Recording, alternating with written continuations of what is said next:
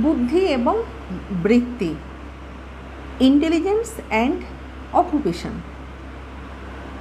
প্রায় সকল মনোবিজ্ঞানী এই বিষয়ে একমত যে বুদ্ধির সঙ্গে বৃত্তির একটা পারস্পরিক সম্পর্ক রয়েছে। বৃত্তিমূলক নির্দেশনার মূল কথা হলো fitting the man to the job and fitting the job to the man. এর থেকে বোঝা যাচ্ছে যে সব লোকই সব বৃত্তির উপযুক্ত হয় না। যাদের বুদ্ধি খুব কম তারা কোনো দায়িত্বপূর্ণ পদে নিযুক্ত হলেও দিনে দিনে নিজেদের অক্ষমতা প্রকাশ করে থাকে। ক্ষীণ বুদ্ধি সম্পন্ন ব্যক্তি তাদের দেখা যায় যে তারা কিন্তু দিনে দিনে নিজেদের অক্ষমতাই প্রকাশ করতে থাকে। ক্ষীণ বুদ্ধি সম্পন্ন লোকের পক্ষে শাসন সংক্রান্ত বা বিচার বিভাগীয় কাজ করা সম্ভব নয়। আবার যারা জড়ধী তারা তো কোনো কাজেরই উপযুক্ত হয় না। যারা সাধারণ বুদ্ধি সম্পন্ন স্বাভাবিক লোক তারা স্বাভাবিক বৃত্তিতে উপযুক্ত হবেন বলে ধরে নেওয়া যেতে পারে।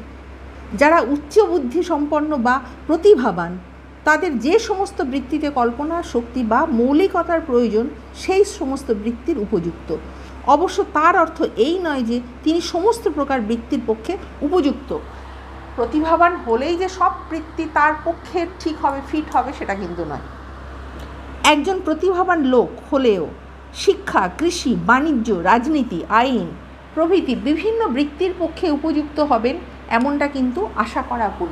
সুতরাং সে যদি রাজনীতিতে যায় রাজনীতির জন্যই উপযুক্ত হবে, আবার সে যদি কৃষিতে যায় কৃষির উপযুক্ত হবে, আবার সে যদি দেখা যাচ্ছে যে শিক্ষার দিকে যাচ্ছে শিক্ষার দিকে। সুতরাং প্রতিভাবান হলে যে সব দিকেই সব কিছু একসঙ্গে করে ফেলবে সেটা কিন্তু নয়।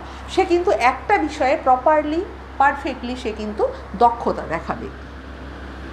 বিভিন্ন ক্ষেত্রে বুদ্ধির অভিজ্ঞতা প্রয়োগ করে দেখা গেছে যে বুদ্ধি ও বৃত্তির মধ্যে একটা প্রত্যক্ষ ও ঘনিষ্ঠ সম্পর্ক রয়েছে। এর থেকে মনোবিদগণ এই সিদ্ধান্তে আসতে পেরেছেন যে কোনো প্রকার বৃত্তিতে সাফল্য অর্জন করতে হলে সেই বৃত্তির জন্য প্রয়োজন এমন কিছুটা বুদ্ধির যথেষ্ট প্রয়োজন রয়েছে। ব্যক্তির বুদ্ধির মান যদি ওই বৃত্তির পক্ষে প্রয়োজনীয় বুদ্ধির সর্বনিম্ন মানের থেকে নিচে হয় তবে ওই ব্যক্তি ওই বৃত্তির পক্ষে উপযুক্ত নয় এ কথা বলা যেতে পারে।